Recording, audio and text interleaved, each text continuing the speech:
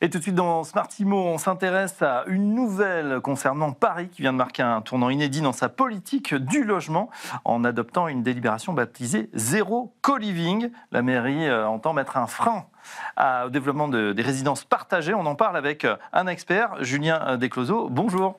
Bonjour Fabrice. Vous êtes avocat associé au cabinet LWA et avec vous, on commente justement cette nouvelle. Alors, sur le plan juridique, cette délibération Zéro Co-Living, qu'est-ce qu'elle veut dire exactement ? Est-ce qu'elle a une portée contraignante ? Alors, peut-être avant de répondre à cette question, peut-être rappeler rapidement ce qu'est le co-living et peut-être pourquoi finalement cette prise de position de la part de la ville de Paris qui émane du groupe communiste de la ville de Paris. C'est ce projet de délibération, c'est le groupe communiste et citoyen qui l'a porté. Le co-living, très rapidement, quand on pense à co-living, on pense à coworking, c'est-à-dire c'est des nouvelles façons d'habiter, de vivre finalement dans les centres-villes. Coworking, on a une nouvelle façon de flexibiliser un peu sa faculté de travailler. On est sur des espaces qui sont partagés et on a un peu la même chose dans le cadre du co-living, où on a cette fois-ci, on habite, on a une partie... C'est quoi la différence avec colocation ? Alors, colocation, en fait, on a colocation... Techniquement, juridiquement, la colocation, c'est vrai que c'est un peu une grande colocation. On a une partie qui concerne des logements privatifs, dans lesquels on est chez soi, et puis une autre partie qui sont des parties communes, où on partage un certain nombre de services. Ça peut être des salles de sport, ça peut être des salles de restauration. Et donc, par définition, on veut créer du lien social, on est ensemble. La différence juridique, c'est que la colocation, on est tous co-titulaires d'un bail, normalement, donc de l'intégralité des surfaces. Co-living, on est titulaire d'un bail pour sa partie privative et on participe aux charges des parties communes. Donc sa chambre de 18-20 mètres carrés, ça c'est à nous, il y a une porte ou pas ? Il y a une porte fermée, peut-être des fois une salle de bain normalement, il faut qu'il y ait une salle de bain, effectivement, il faut qu'il y ait une autonomie qui soit possible.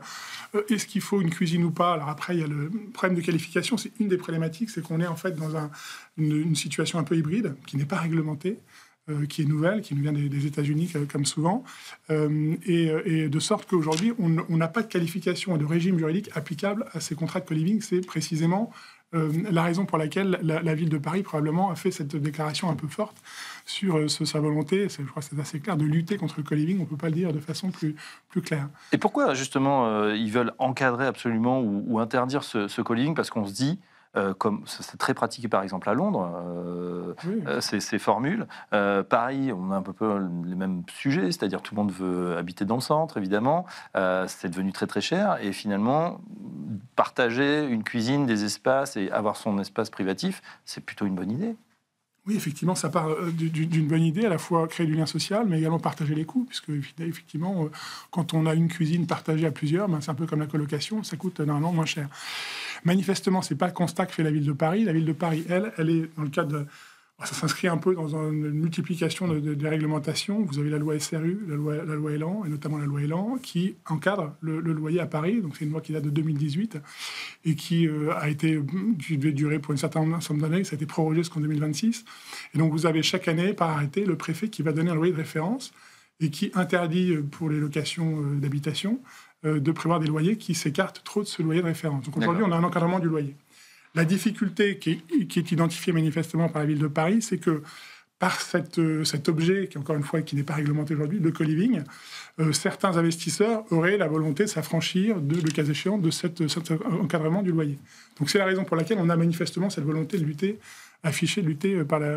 contre le co-living par la ville de Paris. Parce que ça participe de la spéculation immobilière, c'est-à-dire il y a peut-être certains groupes qui vont acheter des grandes surfaces et les compartimenter pour faire du co-living. C'est effectivement, notamment quand on lit, c'est assez intéressant, quand on lit le préambule de cette délibération, on voit qu'un certain nombre de constats, en tout cas, sont faits par la ville, alors à tort ou à raison, mais ils considèrent qu'effectivement, il y a un certain nombre d'investisseurs qui rachètent en bloc des immeubles et qui créent ce co-living, et du fait qu'on n'a pas de régime juridique clair, ne considèrent qu'ils ne sont pas encadrés par la loi Elan. Donc d'où la volonté de la ville d'intervenir pour essayer de réglementer tout ça. Alors maintenant, vous me posiez la question tout à l'heure, juste aussi, est-ce que la ville de Paris a des moyens de lutter contre ce phénomène-là ? Alors est-ce que c'est légitime de lutter ou pas contre ce type de co-living ? Encore une fois, vous le disiez tout à l'heure, ça peut quand même un intérêt parce que ça permet comme ça de maîtriser un certain nombre de coûts en partageant les charges, également de créer du lien social qui effectivement, on sait qu'aujourd'hui, avec les smartphones, tous ces sujets-là, les questions de solitude au sein de la ville sont assez importantes. Donc il y a quand même des aspirations fortes à essayer de recréer du lien. Et maintenant, effectivement, il y a quand même ce sujet qui est eh bien voilà, pour la ville, d'essayer de maîtriser en tout cas cette situation.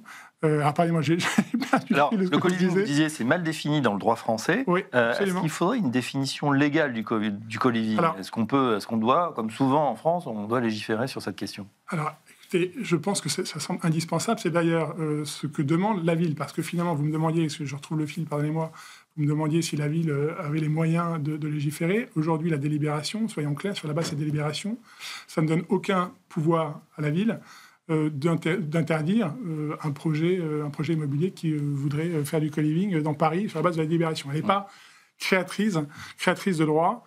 Donc elle n'a pas d'impact. Il y aurait des sanctions éventuellement, parce qu'on parlait tout à l'heure effectivement des loyers plafonnés. On sait que la ville de Paris est vigilante, qu'elle a fait pas mal de contrôles. Il y a eu des sanctions également. Mais là, sur du co-living, comme ça échappe effectivement, c'est une espèce de zone grise, si je vous suis bien, de droit, la sanction ne sera pas forcément applicable. Pour l'instant, il n'y a pas de sanctions. Pour tout dire, il n'y a pas de sanctions. Les seuls moyens qui sont mis à disposition de la ville, c'est finalement les autorisations de construire. C'est finalement son outil principal.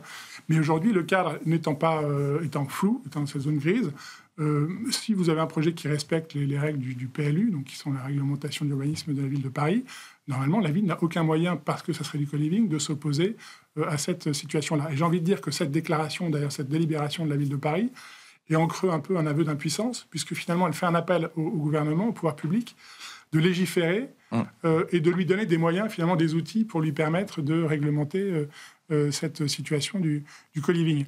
Alors, on peut encore une fois donner des exemples des moyens dont elle a pu se doter, parce que notamment par le recours au PLU bioclimatique, un PLU assez récent qui est entré en vigueur en 2025.